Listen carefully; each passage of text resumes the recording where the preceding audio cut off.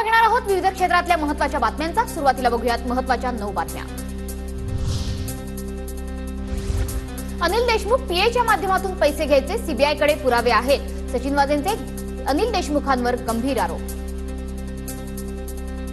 सारे प्रूफ है उधर पैसे उनके पीए के थ्रू दिए जाते थे और सीबीआई के पास भी प्रूफ है और मैंने भी अभी फडणवीस साहब को एक लेटर लिखा हुआ है।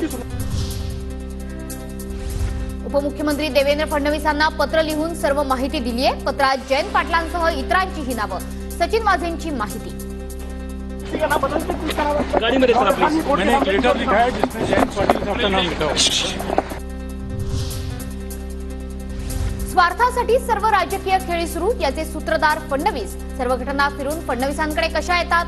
वाझेंच्या आरोपानंतर सुषमा अंधारेंची प्रतिक्रिया।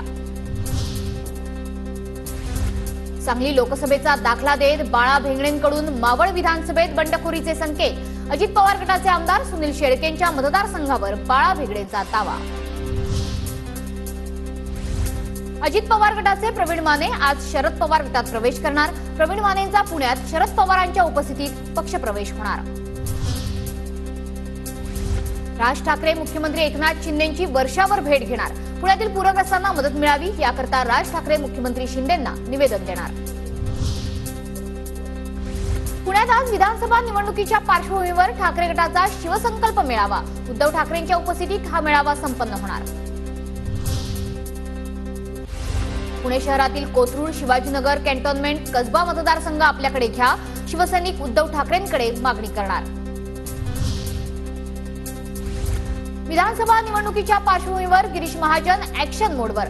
नाशिक जिल्ह्यातील 15 मतदारसंघांचा आढावा घेणार। विधानसभेसाठी मास्टर प्लॅन ठरवणार।